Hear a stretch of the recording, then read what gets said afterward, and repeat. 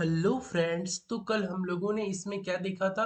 हम लोगों ने भारत शब्द का इतिहास के बारे में जाना था। उसके बाद हम लोगों ने प्राचीन भारत इतिहास के स्रोत देखे थे, जिसमें प्रमुख चार वेद आते हैं: ऋग्वेद, सामवेद, यजुर्वेद और अथर्ववेद। आज हम लोग देखने जा रहे हैं ब्राह्मण, अरण्यक तथा उपनिषद के बारे में। तो ये पढ़ने से पहले हम लोग जान ले कि ये है क्या। सबसे पहले अगर हम लोग प्रमुख पाठ में बांटेंगे, तो ये चार भाग में बांटे गए हैं। ठीक है। पहला है ब्राह्मण, दूसरा है अरण्यक, तीसरा है उपनिषद तथा चौथा है संहिता। संहिता हम लोगों ने कल देखा था। संहिता के अंदर ऋग्वेद, सामवेद, यजुर्वेद और अथर्ववेद आते हैं। तो संहिता को हम लोग क्या कह सकते हैं? ये मंत्र है। ठीक है। ब्राह्मण क्या है? ब्राह्मण जो है, यह पवित्र ज्ञान की व्याख्या करता है। ब्राह्मण क्या है? ये पवित्र ज्ञान की व्याख्या करता है। और यह जो है वैज्ञानिक ज्ञान को भी उजागर करता है। किसे उजागर करता है यह? वैज्ञानिक ज्ञान को उजागर करता है। आरण्यक क्या होता है? आरण्यक जो है, यह एक अनुष्ठान को बताता है, एक बलिदान को बताता है। तो आरण्यक के अंदर हम लोग क्या पढ़ते हैं? अनुष्ठान तथा बलिदान के बारे में देखते हैं इसमें। ठीक है। अनुष्ठान तथा बलिदान। अब बच गया उपनिषद। उपनिषद का शाब्दिक अर्थ क्या होता है? गुरु के समीप बैठना। यानी उपनिषद को हम लोग क्या कह सकते हैं? विद्या को प्राप्त करने के लिए गुरु के समीप बैठना ही उपनिषद कहलाएगा। ठीक है। अब हम लोग आगे देखते हैं। संहिता के पश्चात ब्राह्मणों, आरण्यकों तथा उपनिषद का स्थान है। यानी अगर संहिता यानी वो चार वेदों की बात करें, तो उसके पश्चात जो है ब्राह्मण, आरण्यक तथा उपनिषद का स्थान दिया गया है। इनमें उत्तर वैदिक कालीन समाज एवं संस्कृति के विषय में जानकारी प्राप्त होती है। उत्तर वैदिक काल समाज का अर्थ क्या हुआ? उत्तर वैदिक काल मतलब हुआ सामवेद, यजुर्वेद और अथर्ववेद। ठीक है। उत्तर वैदिक काल में तीन वेद आते हैं: सामवेद, यजुर्वेद और अथर्ववेद।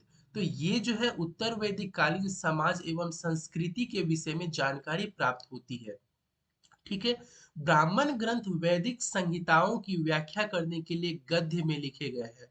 ब्राह्मण ग्रंथ किसमें लिखे गए हैं? गद्य में लिखे गए हैं।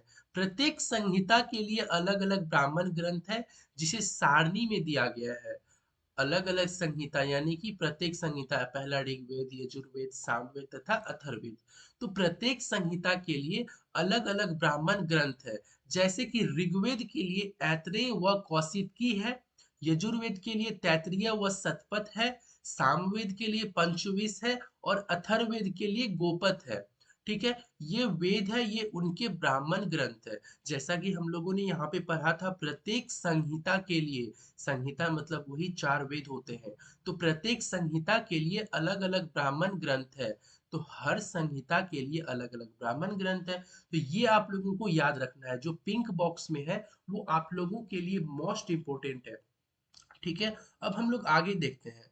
इन ब्राह्मण ग्रंथों में से हमें परीक्षित के बाद और बिंबिसार के पूर्व की घटनाओं का ज्ञान प्राप्त होता है। यानी ये जो ब्राह्मण ग्रंथ है, ये चारों ब्राह्मण ग्रंथ जो है, ये हमें परीक्षित के बाद। परीक्षित कौन है? परीक्षित एक ऋषि हुआ करते थे महाभारत पीरियड में। ठीक है। इसके बाद और बिंबिसार से पहले की घटनाओं का ज्ञान प्राप्त होता है। किससे? ब्राह्मण ग्रंथों से। तो यही वो ब्राह्मण ग्रंथ है, यही चार ब्राह्मण ग्रंथ है। ठीक है। ऐत्रेय में राज्याभिषेक के नियम एवं कुछ प्राचीन राजाओं के नाम दिए गए हैं। ये जो ऐत्रेय हम लोग देखे हैं, इसमें जो है राज्याभिषेक के लिए नियम एवं कुछ प्राचीन राजाओं के नाम दिए गए हैं। ठीक है। शतपथ में शल्य, केकय, कुरु, पंचाल, कौशल, विदे और गंधार आदि राजाओं का उल्लेख मिलता है। शतपथ ब्राह्मण जो है, इसमें किसके उल्लेख मिलते हैं? गंधार के बारे में, शल्य के बारे में, कैकय, कुरु, पंचाल, कौशल, विदे आदि के बारे में जानकारी मिलते हैं। ठीक है। उसके बाद है वैदिक साहित्य में ऋग्वेद के बाद शतपथ ब्राह्मण का स्थान है। ये बहुत ही इंपॉर्टेंट क्वेश्चन है।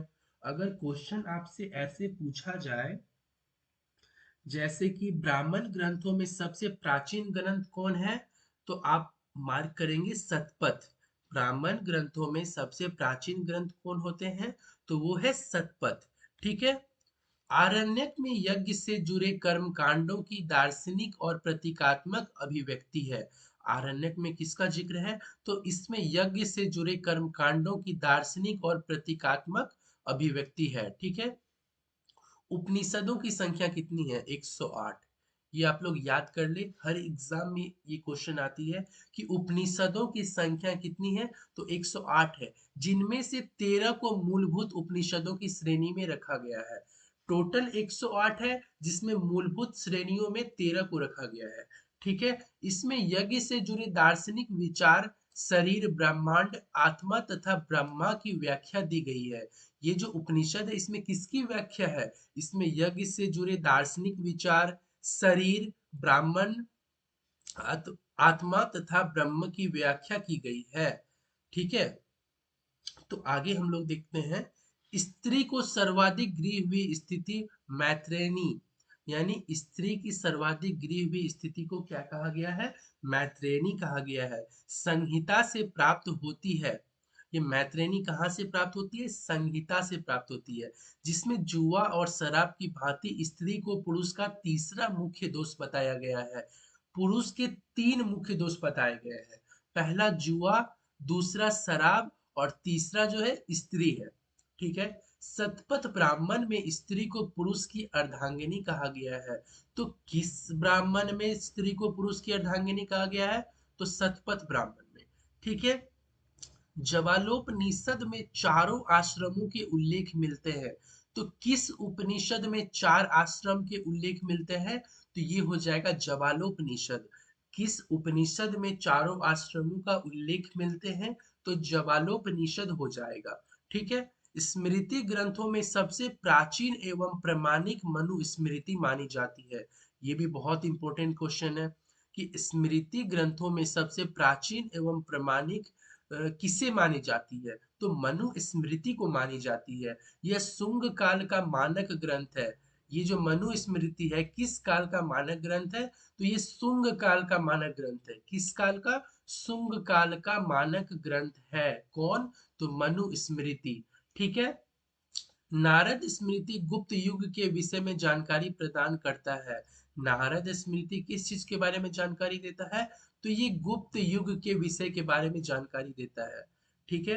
अब हम लोग आगे देखते हैं वेदांग एवं सूत्र। ठीक है। तो वेदों को भली भांति समझने के लिए 6 वेदांगों की रचना हुई है। यानी वेदों को, वेद जो हम लोग पढ़ चुके हैं, वेदों को समझने के लिए किसकी रचना की गई है, वेदांग को, ताकि हम लोग वेद को इजी समझ पाए, इसलिए वेदांग की रचना की गई है। ठीक है।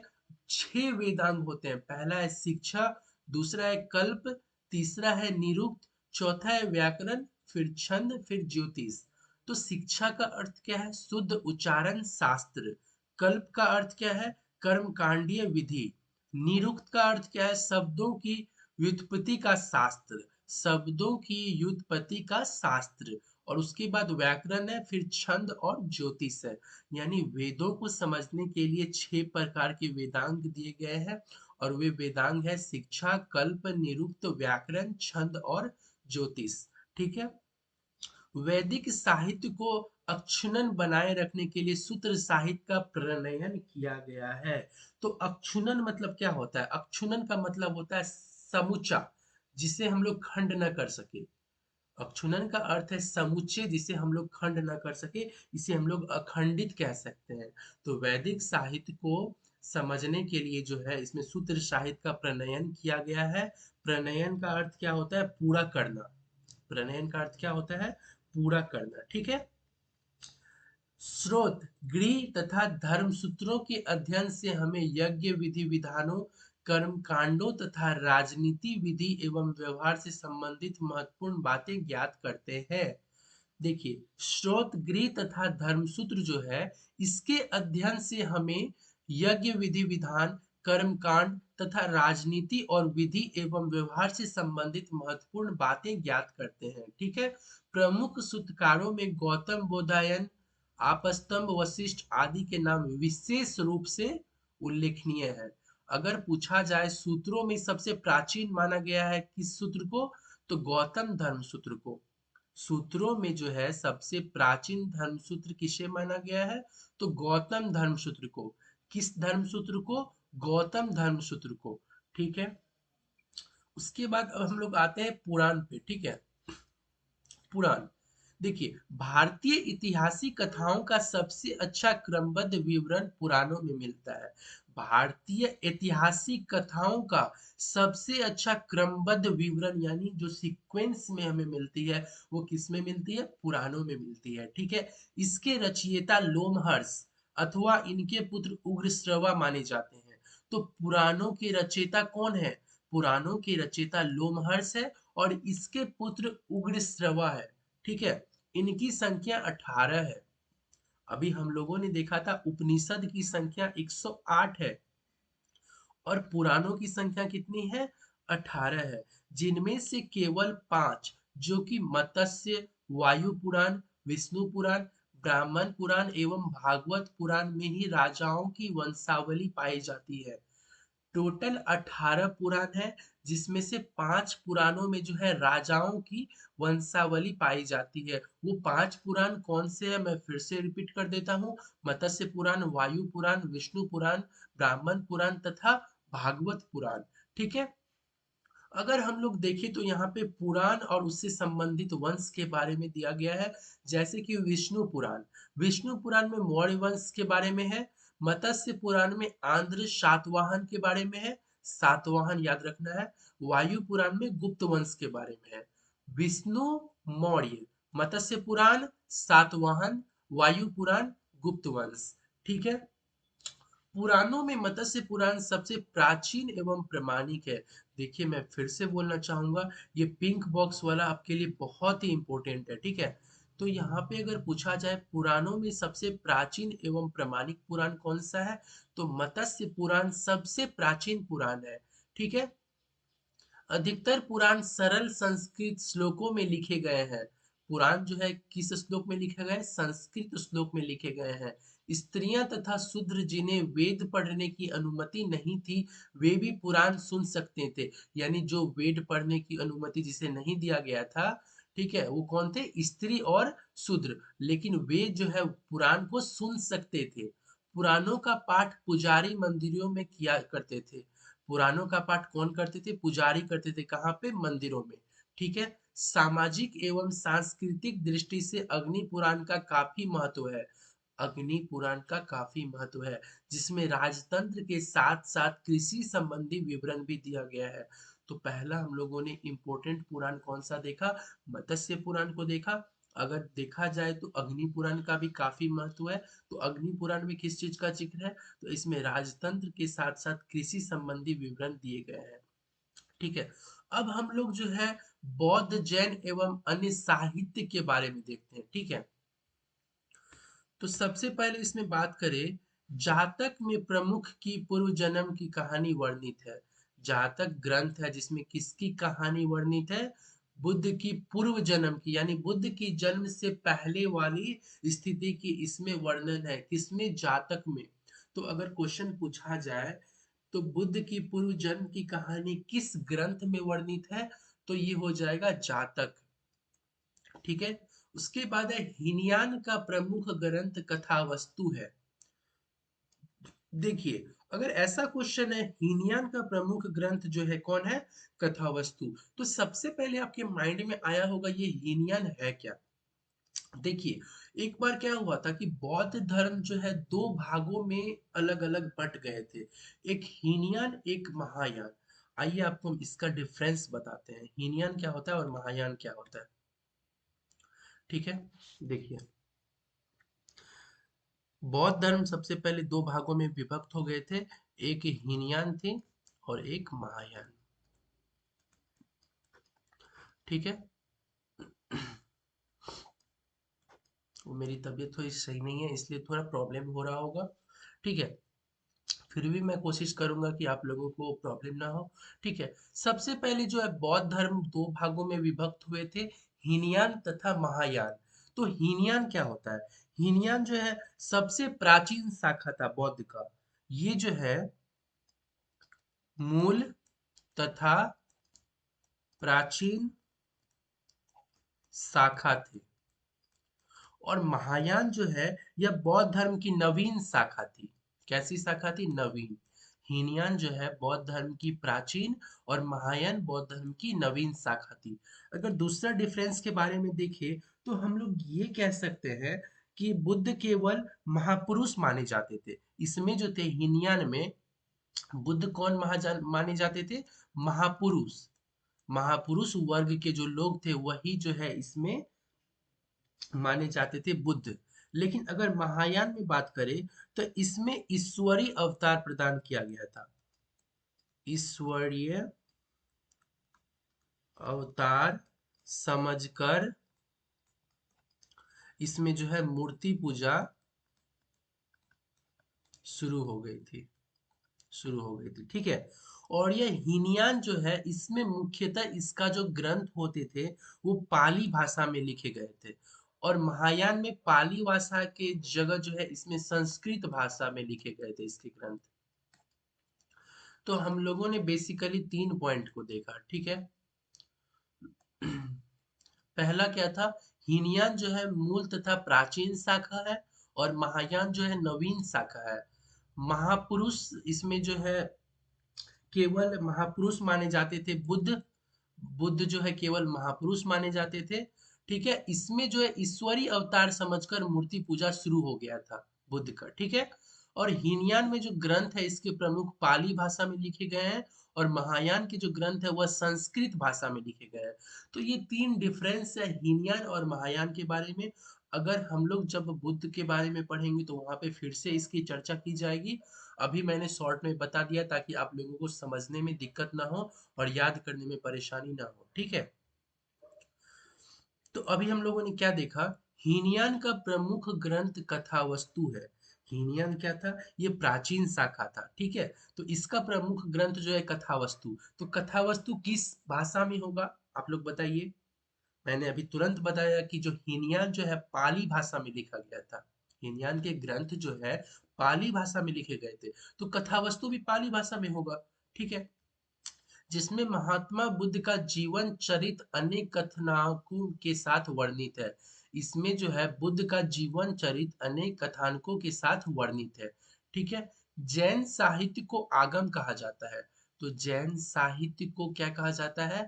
आगम कहा जाता है। जैन साहित्य को क्या कहा जाता है? आगम कहा जाता है। जैन धर्म का प्रारंभिक इतिहास कल्पसूत्र से ज्ञात होता है। जैन धर्म का प्रारंभिक इतिहास मुझे किस सूत्र से पता चलता है या फिर किस ग्रंथ से पता चलता है? तो कल्पसूत्र ग्रंथ से पता चलता है। ठीक है। जैन ग्रंथ भगवती सूत्र में महावीर के जीवन कृत्यों तथा अन्य समकालिकों के साथ उनके संबंधों का विवरण मिलता है। तो किससे मिलता है? भगवती सूत्र से जो है हमें महावीर के जीवन कृत्यों तथा अन्य समकालिकों के साथ उनके संबंधों का विवरण मिलता है। ठीक है। अब देखिए, अर्थशास्त्र के लेखक चाणक्य है। ये तो सभी जानते हैं, इसका ही नाम है कौटिल्य या विष्णुगुप्त। ठीक है। अर्थशास्त्र के लेखक चाणक्य है। यह 15 अधिकरणों एवं 180 प्रकरणों में विभाजित है। यानी अर्थशास्त्र जो है ये 15 अधिकरण तथा 180 प्रकरण में विभाजित है। ठीक है। इससे हमें किस चीज की जानकारी मिलती है? अर्थशास्त्र से। तो इससे मौर्य कालिक इतिहास की जानकारी प्राप्त होती है। ठीक है। अगर पूछा जाए कि अर्थशास्त्र का अनुवादक कौन है? तो अर्थशास्त्र का अनुवादक है साम शास्त्री। अर्थशास्त्र के अनुवादक कौन है? साम शास्त्री है। ठीक है। संस्कृत साहित्य में ऐतिहासिक घटनाओं को क्रमबद्ध लिखने का सर्वप्रथम प्रयास कलहन के द्वारा किया गया है। तो संस्कृत साहित्य में ऐतिहासिक घटनाओं को क्रमबद्ध यानी सीक्वेंस में लिखने का सर्वप्रथम प्रयास किसने किया? कलहन ने। किसे? संस्कृत साहित्य को कलहन ने सबसे पहला प्रयास किया था इसे सीक्वेंस में लिखने का। कल्हन द्वारा रचित पुस्तक राजतरंगिणी।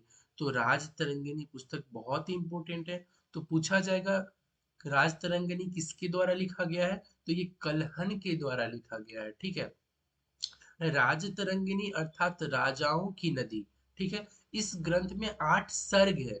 सर्ग का अर्थ क्या होता है? सर्ग का मतलब मूल होता है एक तरह से। ठीक है। सर्ग का मतलब एक अध्याय होता है। तो ये जो है राजतरंगिणी, ये 8 अध्याय में है। ठीक है। जिन्हें तरंगों की संज्ञा दी गई है। इसे किसकी संज्ञा दी गई है? तरंगों की संज्ञा दी गई है। इसमें प्रारंभ से लेकर 12वीं सदी तक के कश्मीर के शासकों का वर्णन है। किसमें? राजतरंगिणी में। सबसे पहले राजतरंगिणी में 8 अध्याय है, यानी 8 सर्ग है। इसमें जो है प्रारंभ से लेकर 12वीं सदी तक के कश्मीर के शासकों का वर्णन है। राजतरंगिणी में किसका वर्णन है? तो इसमें 12वीं सदी तक के कश्मीर के शासकों का वर्णन है। राजतरंगिणी में किसका वर्णन है? कश्मीर के शासकों का वर्णन है। ठीक है। अरबों की सिंध विजय का वृत्तांत चचनामा। ठीक है। अरबों की सिंध विजय का वृत्तांत जो है चचनामा है। चचनामा के लेखक कौन है? अली अहमद। ठीक है। चचनामा के लेखक कौन है? अली अहमद है। अरबों की सिंध विजय का वृत्तांत किसे कहा जाता है? चचनामा पुस्तक को। इसके लेखक कौन है? अली अहमद। चचनामा के लेखक अली अहमद। ठीक है। अष्टाध्यायी संस्कृत भाषा व्याकरण की प्रथम पुस्तक के लेखक पाणिनि है। यानी अष्टाध्यायी के लेखक कौन है? बहुत बार पूछा गया एग्जाम में। अष्टाध्यायी के लेखक कौन है? पाणिनि है। ठीक है। संस्कृत भाषा व्याकरण की प्रथम पुस्तक किसे माना जाता है? तो अष्टाध्यायी को माना जाता है। ठीक है। संस्कृत भाषा व्याकरण की प्रथम पुस्तक किसे माना जाता है? अष्टाध्यायी को। अष्टाध्यायी के लेखक कौन है? पाणिनि। इससे मौर्य के पहले का इतिहास तथा मौर्ययुगीन राजनीतिक व्यवस्था की जानकारी प्राप्त होती है। ठीक है। अष्टाध्यायी जो है, इससे हमें किस चीज की जानकारी मिलती है? तो मौर्य के पहले, ठीक है, उसके इतिहास तथा मौर्ययुगीन राजनीतिक व्यवस्था, यानी मौर्य काल में जो राजनीतिक व्यवस्था थे और मौर्य के पहले के जो इतिहास थे, इसका पता चलता है अष्टाध्यायी से। तो अष्टाध्यायी के लेखक कौन है? पाणिनि है। ठीक है। अष्टाध्यायी में पहली बार लिपि शब्द का प्रयोग हुआ है। ठीक है। अगर क्वेश्चन आए लिपि शब्द का पहला प्रयोग किस ग्रंथ में हुआ है, तो अष्टाध्यायी में हुआ है। अष्टाध्यायी किसके द्वारा लिखा गया है? तो यह पाणिनि के द्वारा लिखा गया है। लिपि शब्द का प्रथम प्रयोग कब हुआ है? अष्टाध्यायी का। देखिए फ्रेंड्स, मैं कोशिश करता हूँ एक क्वेश्चन को 2 बार 3 बार 4 बार रिपीट करूं, ताकि आप लोगों को सुन सुनकर ही याद हो जाए। ठीक है। उसके बाद थोड़ा सा बच गया, इसमें हम लोग देख लेते हैं। कात्यायन की गार्गी संहिता एवं ज्योतिष ग्रंथ है। कात्यायन जो है, यह एक गार्गी संहिता है एवं ज्योतिष ग्रंथ है। फिर भी इसमें भारत पर होने वाले यवन आक्रमण का उल्लेख मिलता है। तो यहाँ से क्वेश्चन क्या बनता है? कात्यायन जो है, यह क्या है? गार्गी संहिता है। और कात्यायन में किस चीज का उल्लेख मिलता है? तो कात्यायन में भारत पर होने वाले यवन आक्रमण का उल्लेख मिलता है। कात्यायन में किस चीज का उल्लेख है? तो भारत पर होने वाले यवन आक्रमण का उल्लेख है। कात्यायन, भारत में होने वाले यवन आक्रमण। ठीक है। पतंजलि पुष्यमित्र शुंग के पुरोहित थे। पतंजलि किसके पुरोहित थे? पुष्यमित्र शुंग के। या फिर पुष्यमित्र शुंग के पुरोहित कौन थे? तो पतंजलि थे। ठीक है। इनके महाभाष्य से शुंगों के इतिहास का पता चलता है। इनके महाभाष्य से, इनके पतंजलि के महाभाष्य से शुंगों के इतिहास के बारे में पता चलता है। ठीक है। तो आज हम लोग यहाँ तक रहने देते हैं, और कल हम लोग इसमें देखेंगे विदेशी यात्रियों से मिलने वाली प्रमुख जानकारी। ठीक है। जिसमें जैसे कि फाहियान हो गए, वेनसांग हो गए, तो ये लोग के बारे में हम लोग कल जानेंगे कि विदेशी यात्रा जो यहाँ पे आए थे उसके बारे में क्या क्या जानकारी मिलती है और वो हमें क्या जानकारी प्रदान करते हैं। तो आज यहीं तक रहने देते हैं। कल हम लोग इसके आगे पढ़ेंगे। फिर हम लोग वैदिक काल के एमसीक्यू लाएंगे, मोस्ट इंपोर्टेंट 100 एमसीक्यू लाएंगे, जो कि कोई भी एग्जाम के पर्सपेक्टिव से बहुत ही इंपॉर्टेंट रहेगा। ठीक है। Thank you.